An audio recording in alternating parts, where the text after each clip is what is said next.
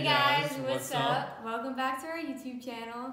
Today we are just going to be answering questions that we asked our friends on social media. We asked them what they would want to know or what they were curious about involving our relationship, military, everything along those lines, and Hawaii, of course.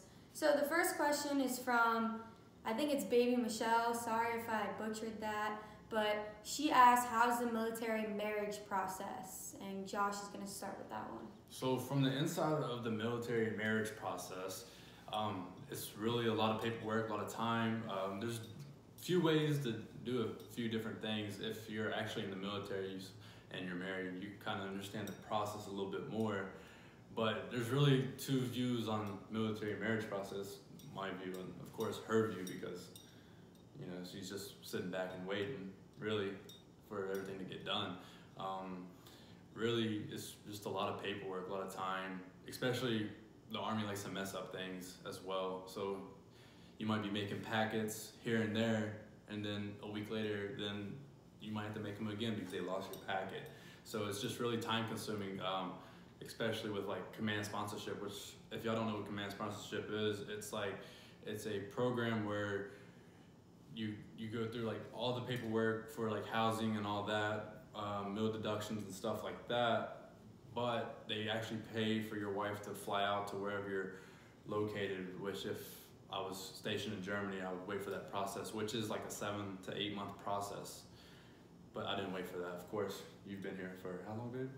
Like 4 months. 4 months. So I just went ahead and flew out here because that process sometimes takes a while, depending on who has your paperwork and all that.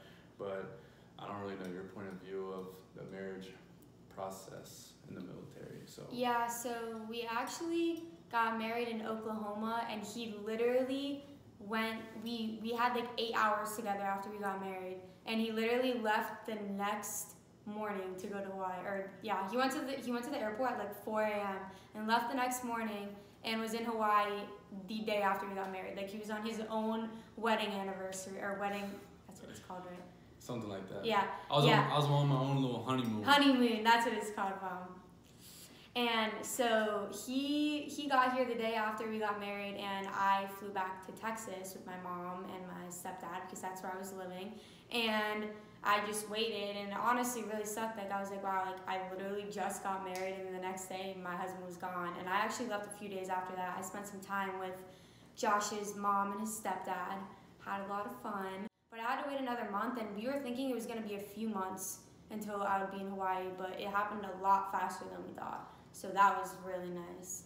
But honestly, if we're talking about, because I don't know when this girl asked the military marriage process, I don't know if she meant more of like the deeper parts of it, like actually being married in the military, which honestly sucks too, because he's gone 99% of the time, and like I love him, but it really sucks. Like it's like everyone's like, oh, you live with him. Like yes, I live with him, but honestly, the only time we really spend together is like sometimes an hour he gets to come home for lunch, and then before we go to bed, like an hour before we go to bed at night, because he's always working, and then I got a job, so I'm always working most of the time. And so honestly though, it really makes you appreciate the time that you get a lot more when he's gone. And sometimes he'll leave and have to sleep out in the field for a long time. He's leaving for a month soon, which really sucks. So it definitely helps you to appreciate the time you get to spend together a lot more. But it sucks because you never know. He's not like working a 9 to 5. Like he never knows when he's gonna be home. Some days he'll get home at 3, 4 o'clock. Some days he'll get home at 8:30, 9 o'clock, and it sucks. But now that we got a car, he gets to come home during lunch, so that's fun and a lot better.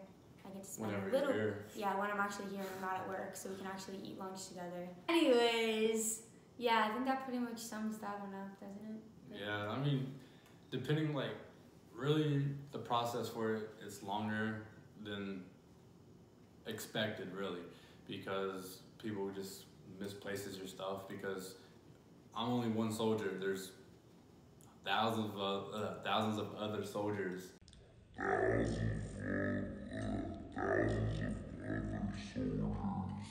That are going through the same process, and it's easy to mishandle paperwork. So that's really the hardest part. Like still now, I've already been in Hawaii almost 5 months, and my paperwork is still messed up just because they are losing it and misplacing and all that good stuff.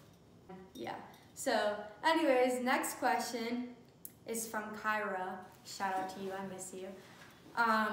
She said, how hard was it to move to Hawaii? This is a question that we both have a lot of emotions toward. So, do you want to start?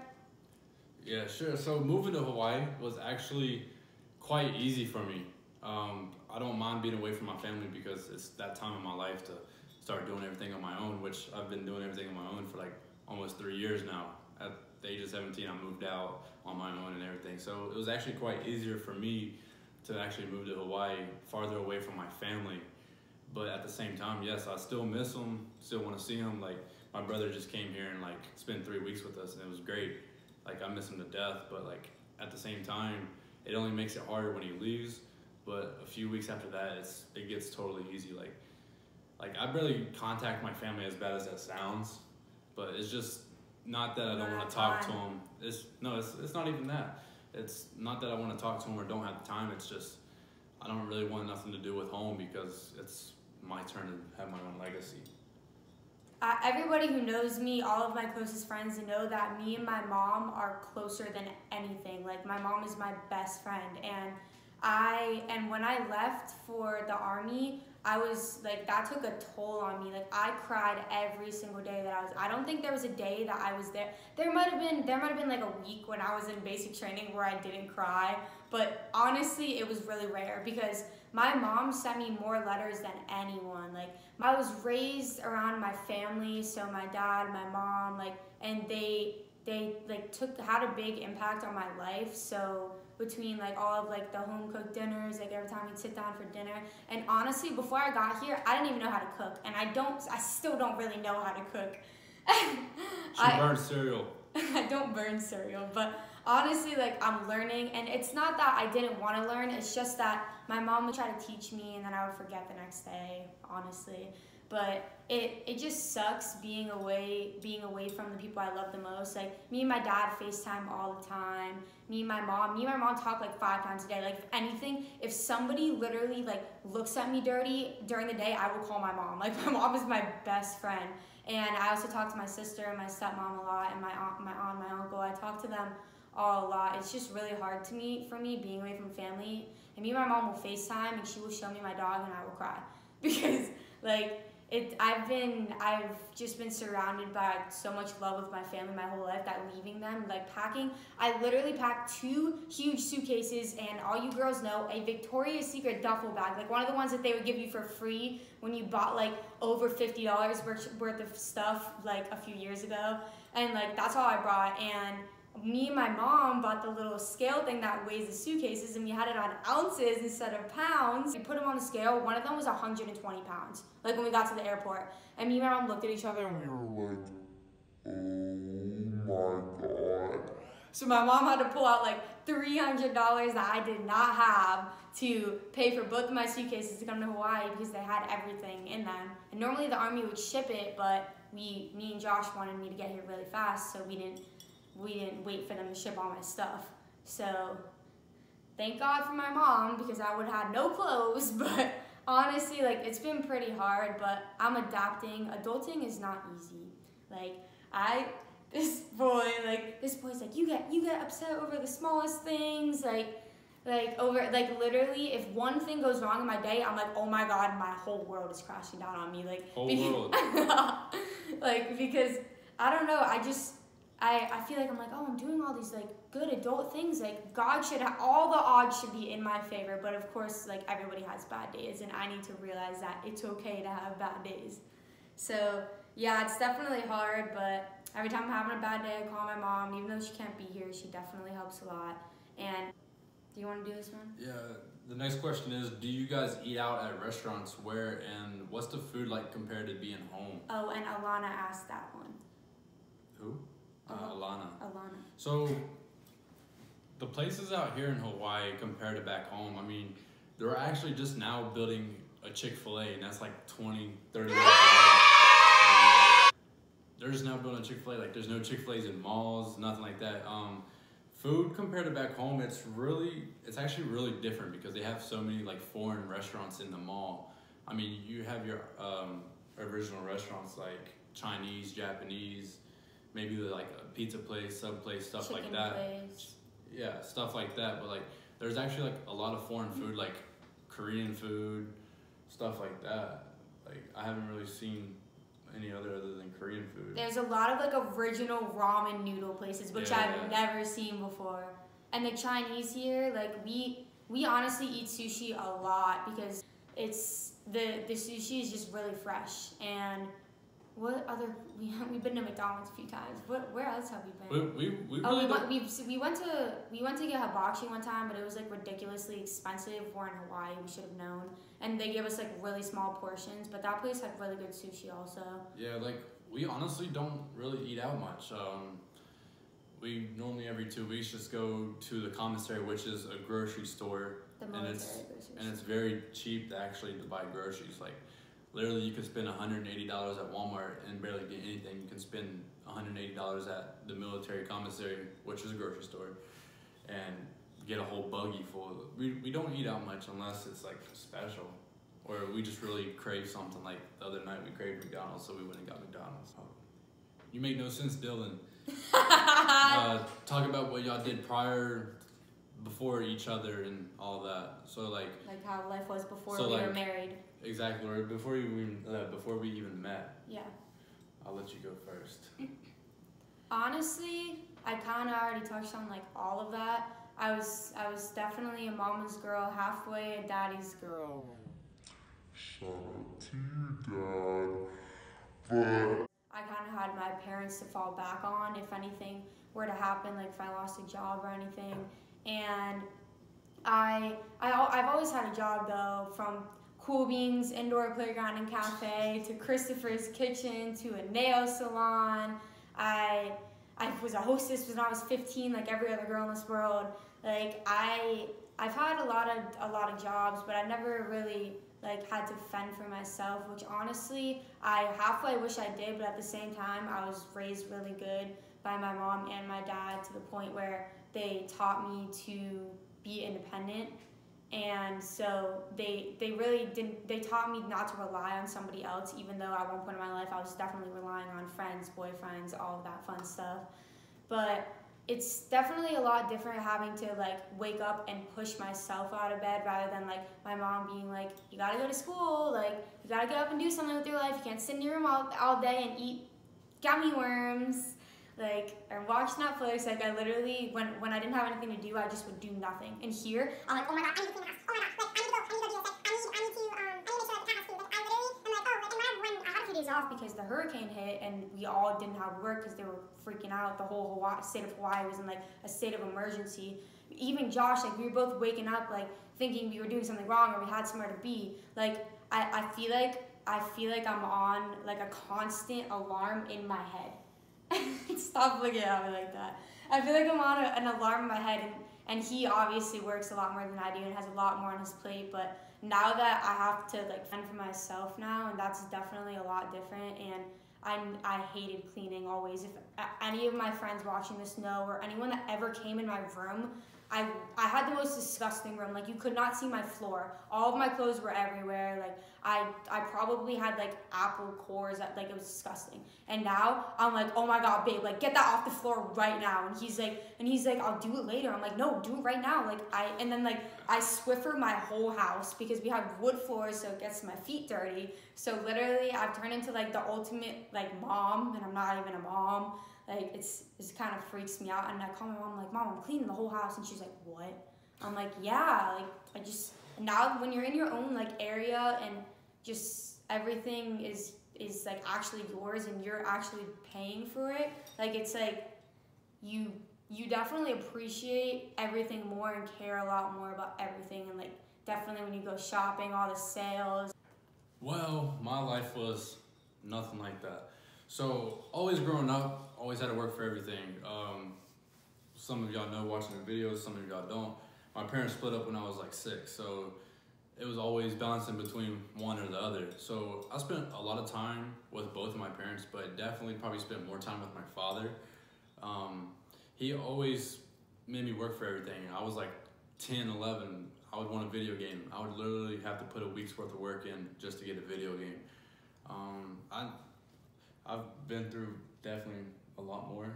I can say confidently than she has, but like I don't regret none of it. Just due to the fact that it's taught me so much more how to like live on my own, and having to have these responsibilities in life. Just due to the fact that I've always had to work for everything. I've seen the light and I haven't seen the light. Sometimes like I would be working 20-hour days before I joined the Army just to pay bills, and I wouldn't go out. I would eat ramen every day for like maybe 3 months straight, going home, getting 4 hours of sleep, doing it all again. I remember sometimes taking paychecks and gambling it just to try to flip money just to pay my bills and get caught up. But like, don't do that. I don't recommend gambling your paychecks. I don't do that no more. So yeah, that was the good old days. Just definitely working for everything. My parents definitely got me in the right direction. We'll cut that out. The right direction. We'll cut that out. They definitely got me in the right direction. Always helping me try to save money, get my credit up, little stuff that I really didn't understand when I was still in high school, or even maybe a year out of high school, which I definitely understand because I'm trying to help her with stuff that she doesn't understand, which my parents covered tremendously. Like, they always told me to take care of these few things, and they were like, if you take care of these things, you'll be set in life. And right now, I'm sitting pretty happily right now. So I don't have nothing to complain about. So thanks, Mom and Dad, for everything y'all always did for me. So last question. I'm saving this one for last. This definitely wasn't the last question I got asked, but this is going to be a long answer, so get ready, guys. So Sage asked us how we fell in love. Okay, so I'm going to start this one because boys suck at talking about stuff like this. So, anyways. No, actually, I got this one. So it was quite weird. Honestly, you have to admit, it was quite weird. So, for the people that knows Lex already that watches these videos, she had brown hair at the time, real short, like up to here. Thank you, Army. And yeah, thanks to Army, but she had brown hair, real short, probably thinking she looked like a potato.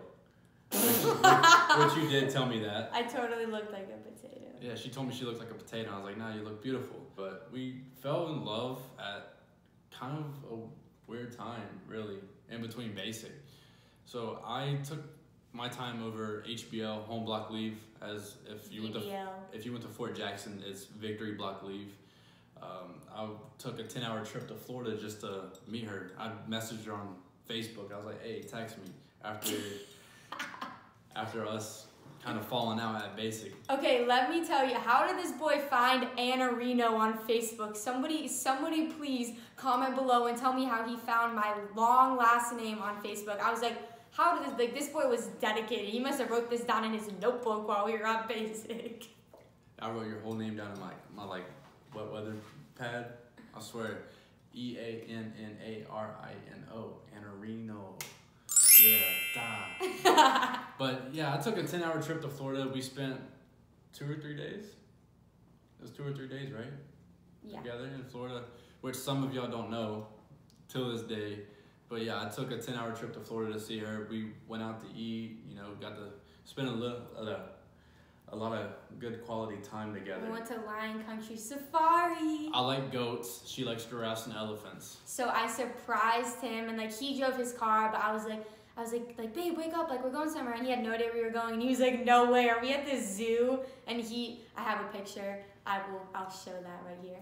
In the top right corner, of course, but. But he was so excited when he saw the goat, you could pet them and feed them. He was like, oh my God, and I had never fed a giraffe, so I also did that. I'll show you guys that too.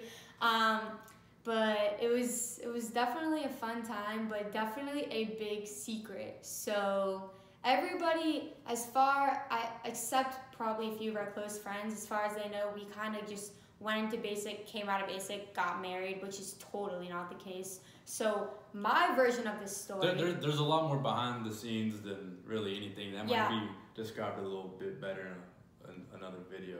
And honestly, Honestly, Don't look at me like that. my version of the story is more of we both went to Army basic training, and we both were little cute lonely teenagers, and we weren't really looking to be with anyone. And then next thing you know, like there we were together. But Knocking at her doorstep. but honestly though, we went through a lot together. Like I guess it'll take a longer video to explain, but we went through a lot together. Like if any of you have been or have heard of what they go through in basic training, like it kind of like takes a toll on you. People like me, of course, who like are really big family people. Like I was really upset, and it was really hard for me to. It was the first time I had ever been away from my mom my whole life. Like, which is really sad. I was 18, but like. And it definitely was a physical and mental challenge. Like I remember the first day, it took a big toll on me, and he definitely was there to pick up the pieces. Like we got really close really fast one day at the range, at the shooting range. We would go to shoot our weapons, obviously, and we'd be there for hours of the day, and we would just be sitting there. And this one day, we were there in the winter, so it was freezing. So we were literally like next to each other, like on top of each other. Like we were so cold, and it was pouring. And this boy liked to wear his gear all under his uniform when he weren't supposed to, like all the gear to keep you warm. And I was a smart little girl, so I was sitting there like I was freezing, and we got to know each other a lot. Like it's crazy because we didn't have our phones, and I literally am always on my phone. So it's crazy to say this, but I wish that I lived in a day and age where we did not have phones, because not only did I build some of the best friendships, shout out to you, George, but I literally built like the best relationship with him ever, from just sitting there and talking. Because not only that, but a lot of you girls know that guys don't like to really express their feelings, especially when you first meet them. But he definitely opened up to me a lot, because that whole process, like journey, makes you kind of emotional. So we definitely, yes it does. So we definitely spent a lot of time talking in the hallways. We just talk about life and just everything that was going on and where we wanted to be in the future. And honestly, we didn't actually start dating until he came to Florida. But then after that, we had to go back to basic training and act like we weren't dating. And then we got caught. But we can tell you guys that's for another video. Yeah, me and Josh like to pass notes, and Josh got us caught. Guys, we're gonna cut this video short. Hit that subscribe button, that like button as well. Leave comments, concerns below. Ask us questions as well for what you want to see in the next videos. Adventures and etc. What you guys want to see improved on our channel as well, and we'll try to do the best we can. So, bye.